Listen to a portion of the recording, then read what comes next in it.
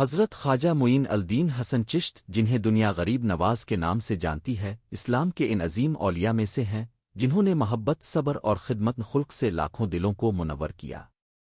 آپ کی پیدائش خراسان کے شہر سجستان میں ہوئی۔ کم عمری میں ہی والدین کا سایہ سر سے اٹھ گیا، مگر اللہ تعالیٰ نے آپ کو ایسا روحانی مقام عطا فرمایا جو رہتی دنیا تک قائم رہے گا۔ ایک دن آپ اپنی زمین پر کام کر رہے تھے کہ ایک بزرگ حضرت ابراہیم قندوز وہاں سے گزرے۔ آپ نے انہیں انگور پیش کیے۔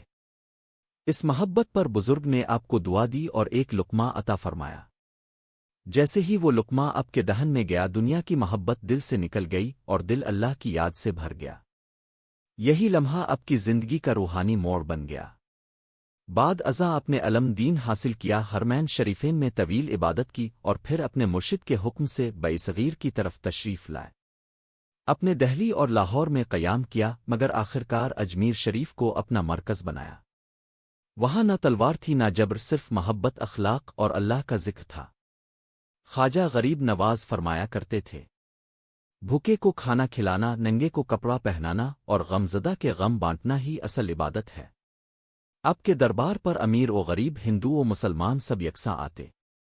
آپ سب کو ایک ہی نظر سے دیکھتے اور فرماتے کہ اللہ کے نزدیک سب سے افضل وہ ہے جو اس کی مخلوق کے لیے فائدہ مند ہو۔ آپ کی دعا، کردار اور اخلاص سے لاکھوں لوگ اسلام کے دامن میں آئے۔ آج بھی اجمیر شریف کا دربار اس بات کی گواہی دیتا ہے کہ محبت کا راستہ ہی اللہ تک پہنچاتا ہے۔ اللہ تعالی ہمیں بھی خواجہ غریب نواز کی تعلیمات پر عمل کرنے کی توفیق عطا فرمائے۔ آمین۔ میرا یوٹیوب چینل اولیاء ملتان سبسکرائب کریں اور لائک کریں۔